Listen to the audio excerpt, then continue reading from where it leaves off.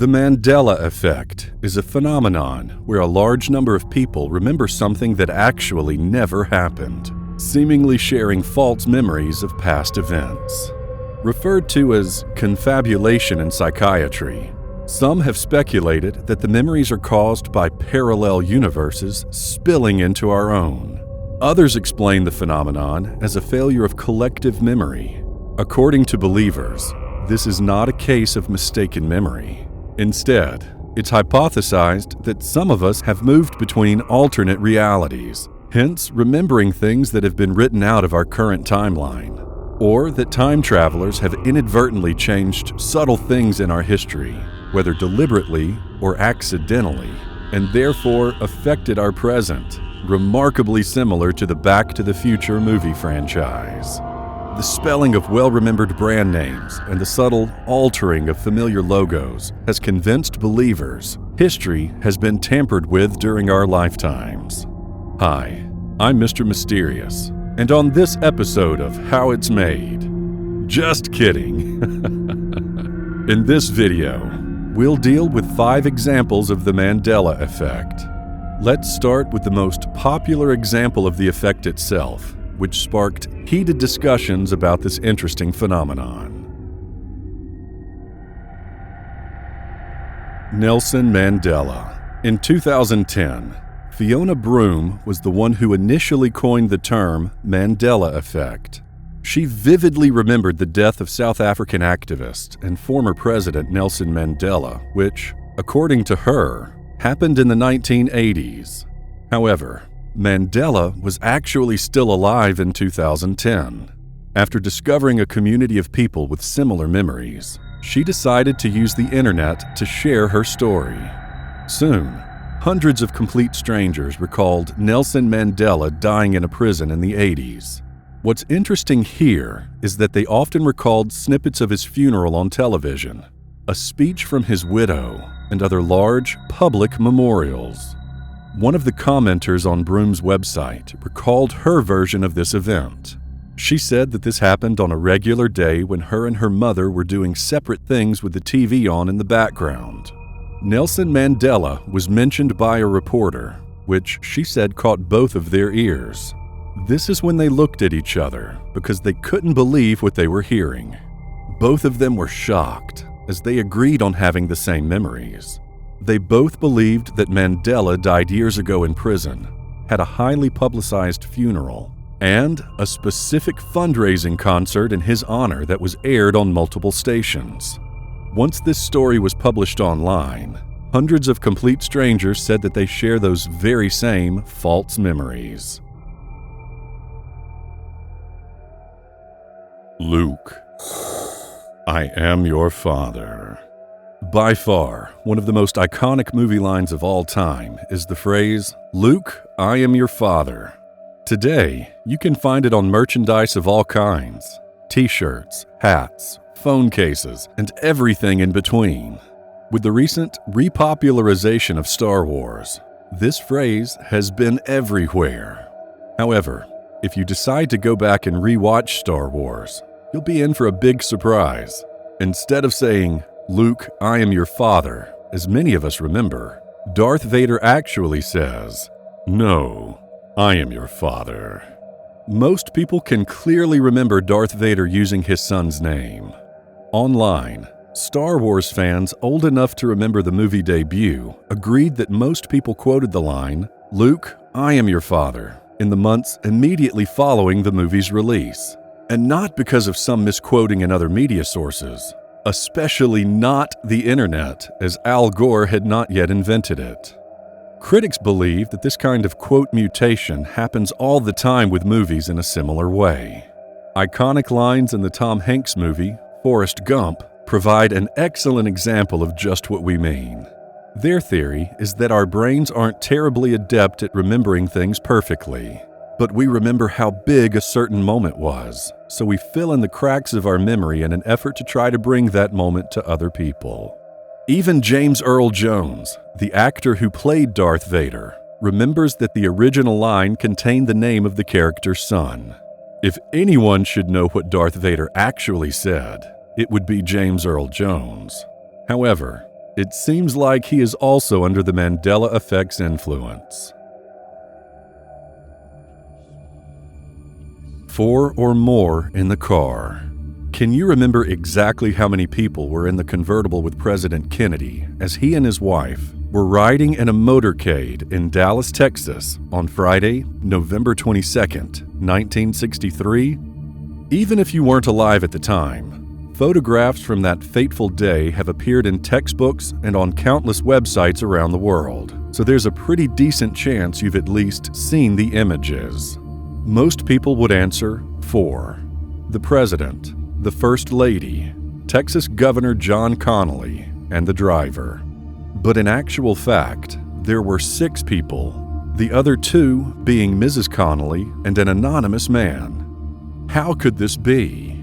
The car was definitely only a 4-seater, right? But if you take a look anywhere now, it's a 6-seater. The presidential limo was a 1961 Lincoln Continental 4-door convertible, codenamed X100 by the Secret Service. Records indicate that Hessen Eisenhardt of Cincinnati, Ohio, was responsible for customizing the car to function as a presidential parade limousine, literally cutting it in half, reinforcing it, extending it 3.5 feet in length, and making numerous other modifications. It debuted at the White House in June 1961 and remained in service until early 1977. The car is now exhibited to the public at the Henry Ford Museum in Dearborn, Michigan. But is it really the same car? And were there really 6 people in it that infamous day? Conspiracy theorists point to publications at Ivy League and other prestigious universities as proof only 4 people were in the car. Many also used the Texas governor's testimony as an indication he was one of the 4 in the car, not 6, although he never directly stated anything about the number of people in the presidential limo with him. Tapes of the Secret Service's reenactment of the events of that day show they used a 2-bench, 4-seat convertible Lincoln Continental as a model, since X100 was impounded for evidence, as they tried to put the pieces of the puzzle together. Maybe they were all experiencing the Mandela Effect. Shazam! In the early 90s, a man named Don ordered 2 copies of a brand new video for the rental store his uncle owned and he helped to run. According to Don, he had to hand over the 2 copies they owned dozens of times over the years. Furthermore, he had to watch it multiple times to look for reported damages to the tape, rewind it, and check it in and put the boxes out for display for rental. Even though nothing appears terribly strange or mysterious about this story up to this point, the movie that Don is referring to doesn't actually exist. We're talking about a movie called Shazam, starring the American stand-up comedian Sinbad, whose real name is David Adkins. He reportedly plays an incompetent genie who grants wishes to 2 young children. This is how Don explains the movie's storyline, and this is how hundreds of others, myself included, remember it as well. Unlike other collective false memories, this issue can't be attributed to simple misspelling or a logo change, but an entire film's disappearance. Many Redditors revealed that they had distinct memories of the cover art of the movie. As of today, despite hundreds believing and recalling various scenes from the movie, there is no concrete evidence that Shazam ever existed. A few months ago, Redditors thought that they had a breakthrough when they discovered an image of Sinbad in a genie costume. Sinbad himself, however, tweeted to say that he was dressed that way because he was hosting a Sinbad the Sailor movie marathon. Some suggested the image demonstrated where the false memory had originated, while others continue to hunt for evidence of a movie they are certain exists. Tank Boy. Thousands of people all over the world remember an event that apparently didn't happen during the protests of 1989 in Tiananmen Square. In May 1989, nearly 1 million Chinese, mostly young students, crowded into central Beijing to protest for greater democracy and call for the resignations of Chinese Communist Party leaders, deemed too repressive. For nearly 3 weeks, the protesters kept up daily vigils and marched and chanted. Western reporters captured much of the drama for television and newspaper audiences in the United States and Europe. On June 4th, 1989, however, Chinese troops and security police stormed through Tiananmen Square after martial law was declared.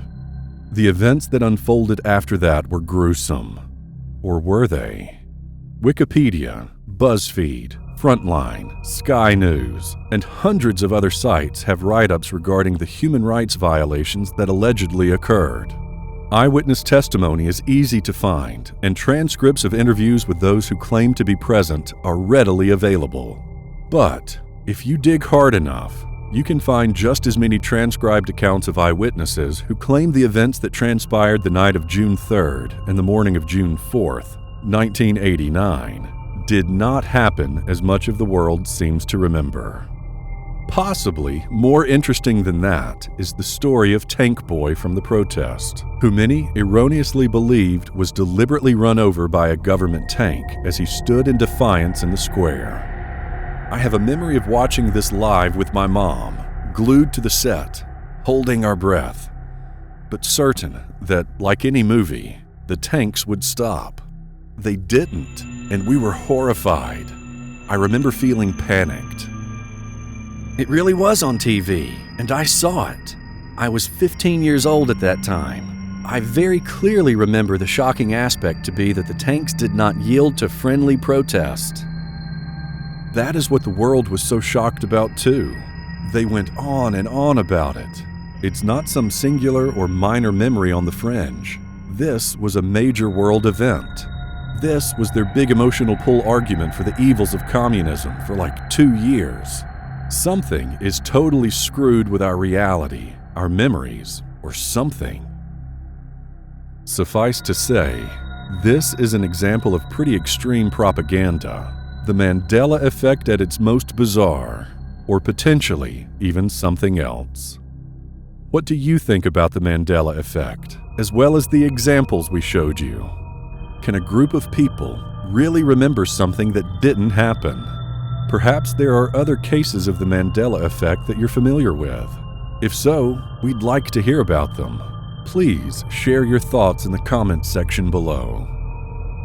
If you find it interesting, or if you find it mysterious, share and like this video. Also, be sure to subscribe, because you don't want to miss what's coming next. As always, thank you for watching.